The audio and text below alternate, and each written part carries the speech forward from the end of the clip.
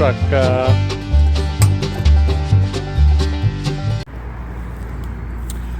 Well,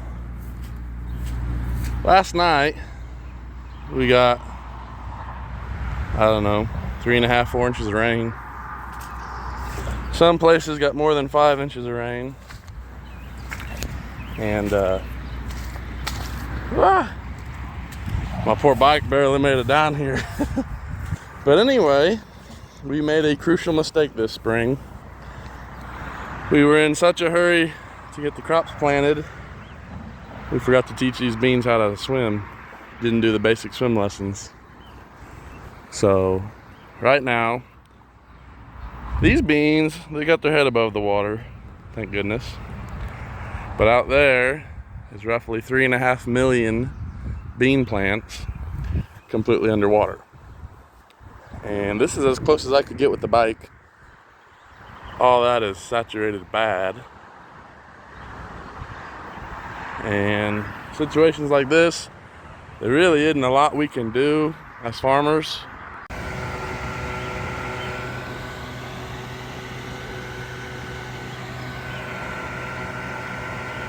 But basically we'll just sit here and wait. The next 24 hours are pretty crucial.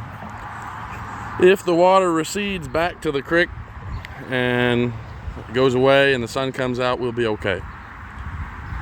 But if more rain, or rather more water, comes from upstream and continues to flood it out, which is very possible, we'll be in bad shape. Or if the water doesn't recede, or if we get more rain, which they're calling for more rain, and you can see them clouds.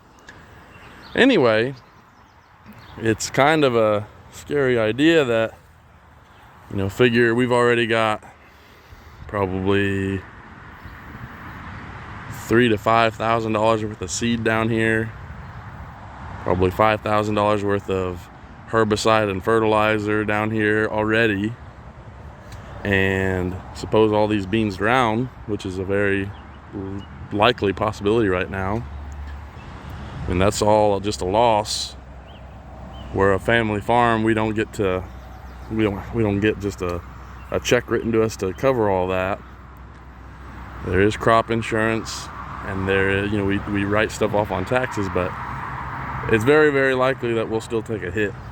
And of course, that's not good for any of us. But on top of all that, let me get back to my bike here. I found out while I was riding here, there's a nest of ants. Ants in my bike. So I'm gonna have to deal with that. I got ants in my pants. Ugh. Let's walk over to the creek. Oh, there's water in my boots. I'm going to work after this. I'm gonna have to change. Oh, look at that. Oh gosh. Oh, we're dang near up to my knees. Okay, I guess I'm changing pants, socks, and boots before work. But I want to get to the creek so I can show you how bad things look over here. Oh gosh. I feel like I'm back in Nam.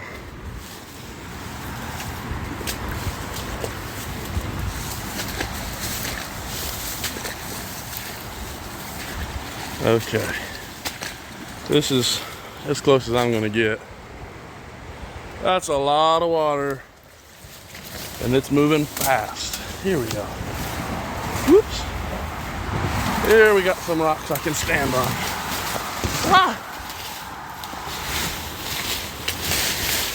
Okay.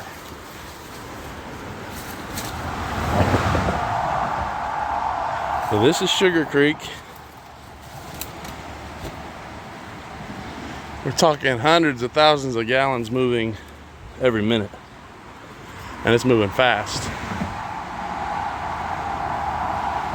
If somebody got their car stuck out there or whatever, they'd be in very, very bad, dangerous trouble.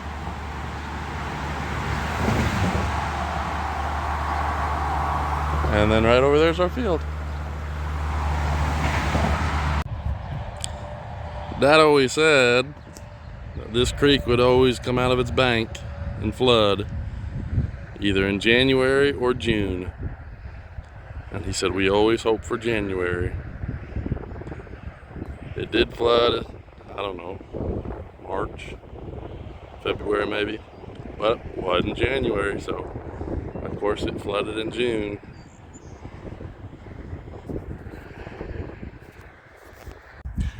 The ancient Egyptians, as well as the people of Mesopotamia, when the Nile or the Euphrates rivers would flood, because they were in a basin, a river basin, the river, when it would flood, would bring sediment that was full of nutrients and full of good soil. So when their stuff would flood, it was a good thing. It meant the following crop would be a good one.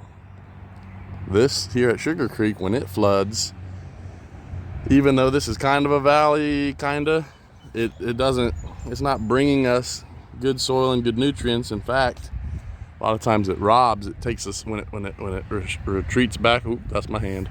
When it retreats back to the creek, a lot of times it takes sediment, nutrients, topsoil, residue with it, which is why we have that filter strip back there, the CRP. It's also why we like to plant cover crops to try to protect our soil.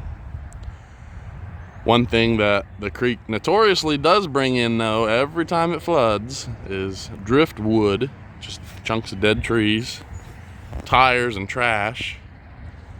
That stuff will be floating or carried by the current.